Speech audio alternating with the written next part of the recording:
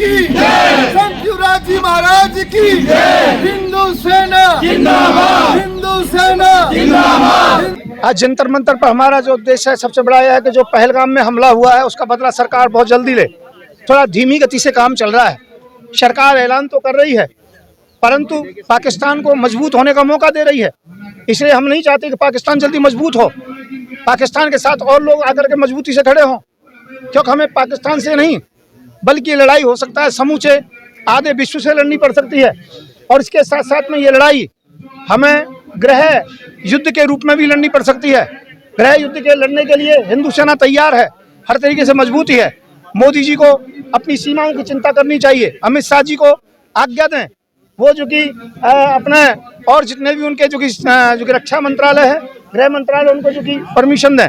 और मैं ये कहना चाहता हूँ गृह युद्ध से बिल्कुल निश्चिंत रहें। गृह युद्ध में कोई कान नहीं खटका सकेगा। यदि किसी ने भी थोड़ा सा ऊपर को सिर किया तो हमारा सीधा सा ऐलान है दूसरे लोगों का होगा। गुस्ताखे हिंदू राष्ट्र की यही सजा, तन सर से जुदा, सर तन से जुदा। ये हमारे भाषा नहीं, उनकी भाषा में उनको यार बैठे हुए हैं दोगले। हाँ, मैं समझ रहा हूँ, यहाँ पर काफी जयचंद हैं। यदि ऐसे लोग ना होते तो देश गुलाम नहीं होता, परंतु अब ऐसा नहीं होने देंगे। उनका इलाज हम स्वयं कर रहे हैं। हमारे पास क्या जो खिलौने हैं खेलने के लिए, क्या हमारे पास परमाणु नहीं है? उससे ज्यादा हमारे पास परमाणु है। हम गिनती ज्यादा नहीं बताते हैं परंतु गिनती में हमारे पास ज्यादा है।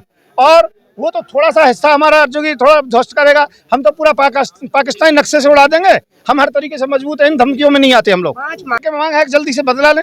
दूसरा, बांग्लादेश के लिए जो कि बंगाल के लिए मांग है, बंगाल में राष्ट्रपति शासन लागू हो। तीसरा, जिहादी इत्यादि ये बंद किए जाएं। जिहादी हैं, रोहिंग्या हैं, बांग्लादेशी, इनको भगाया जाए। ये जो कि हमारी तीसरी मांग है। चौथी मांग है शस्त्र लाइसेंस के लिए, अर्थात शस्त्र लाइसेंस भारत में फ्री किए जाएं जैसे और देशों में है। और पांचवी मांग हमारी है कि हम जल्दी से जल्दी जनसंख्या नियंत्रण कानून को लागू कराया जाए। ये 5 हमारी मांग है और 5 मांग सरकार को माननी पड़ेंगी। लगता है कि हम लोग तलवार वितरण किस लिए कर रहे हैं? जो तलवार दूल्हा उठा सकता है, पूजन में पूजन के लिए की जा सकती है, उसका उपयोग स्वयं की रक्षा के लिए भी किया जा सकता है ना। सीधा सीधा कहा गया है, क्या कहा गया है कि यदि आप अत्याचार कर रहे हैं वह भी पाप है, यदि अत्याचार सह रहे हैं वो उससे भी बड़ा पाप है ना। कमजोर को दबाया जाने का जो नियम है इसे हम खत्म करेंगे। बाहर के लिए सरकार बहुत है, अंदर के लिए हिंदू सेना बहुत है। जो भी जिस भी प्रकार का निर्णय है उसके लिए हम लेंगे और एक कदम भी पीछे नहीं हटेंगे, एक कदम भी। अगर किसी ने शुरुआत करी तो अंत पहले उसका होगा। हमें हमारे सिर अपने धड़ पर उतने प्रिय नहीं है जितना हमें हमारा हिंदू प्रिय है। हम एक एक पल, एक एक क्षण, एक एक मिनट अपने हिंदू वर्ष के लिए खड़े हैं। भाईचारा की बात करते हैं कि भाईचारा हम लोग 70 साल से निभा रहे हैं, तो क्या वो आप लोग देख नहीं रहे? अगर इतना ही भाईचारा था तो सबको गोली मारते। नाम पूछ के गोली क्यों मारी गई? धर्म पूछकर गोली मारी गई, नाम पूछकर गोली मारी गई, क्यों मारी गई? भाईचारा नभाते सबको ही मार देते, फिर मानते कि आतंकवादी हमला है। ये आतंकवादी हमला नहीं है, ये इस्लामिक टेररिज्म है, ये इस्लाम का टेररिज्म है। हमें इससे ऊपर उठना होगा। हमें इस भाईचारे के बात, भाईचारा बनाना हिंदू में लाओ। कोई राजपूत नहीं है, कोई ब्राह्मण नहीं है, कोई क्षत्रिय नहीं है, कोई वैश्य नहीं है, हम सब हिंदू हैं। और हिंदू हिंदू भाई भाई ये बोलो, हम सब भाई भाई नहीं, हिंदू हिंदू भाई भाई हैं। क्योंकि जो भाई के नाम पे गद्दारी करे वो भाई नहीं होता है।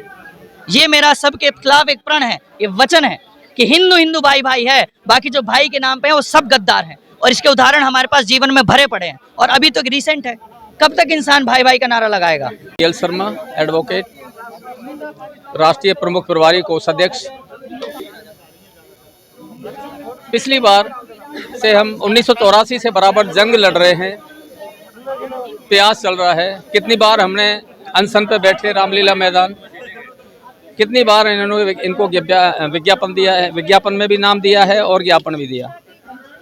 उसके बाद में अभी तक भी हमारी जो है हमारी सरकार ने हमें कोऑपरेट तो बहुत कर रहे हैं, जैसे कि लाइसेंस बना के देना और घर घर में हिंदू घर घर में उस लाइसेंस के द्वारा हमें शस्त्र बांटने के लिए हमें बहुत कोऑपरेट कर रहे हैं। बट जनसंख्या नियंत्रण अभी तक पास नहीं हुआ और जनसंख्या नियंत्रण पास नहीं हुआ, इसके बीच में पहलगाम में भी हंगामा हो गया, वहाँ पे भी हमारे 26 आदमी मारे गए और इधर में हमारे घुसपैठी घुस गए।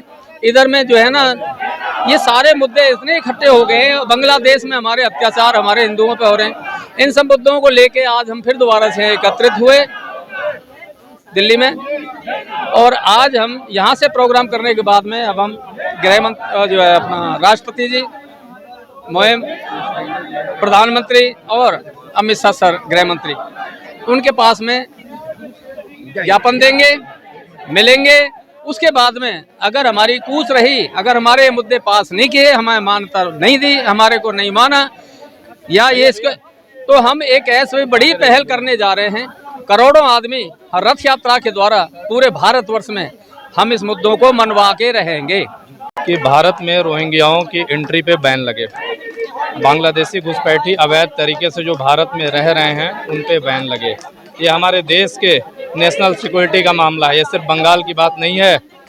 बंगाल, जब बिहार का दरभंगा एक जगह है जिसको द्वार बंगा कहा जाता है, यानी बंगाल का द्वार कहा जाता है जब हम नॉर्थ से साउथ की ओर जाते हैं, तो इस तरह से वो बंगाल अगर आतंक से अगर अछूता है, मतलब अगर हिंसा वहाँ हो रही है, तो बिहार भी उससे अछूता नहीं रह सकता है, उससे यूपी भी नहीं रह सकता, उससे दिल्ली भी नहीं अछूती रह सकती है, वरन पूरे देश में जो आंतरिक सुरक्षा है वो तहस नहस हो जाएगी।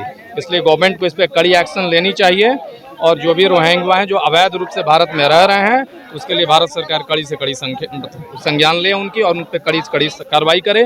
दूसरी बात, जनसंख्या नियंत्रण होना चाहिए, जनसंख्या नियंत्रण कानून बने और वो बहुत देश के लिए, पर्यावरण के लिए भी बहुत ज़्यादा जरूरी है और उस पर गवर्नमेंट को काम करना चाहिए।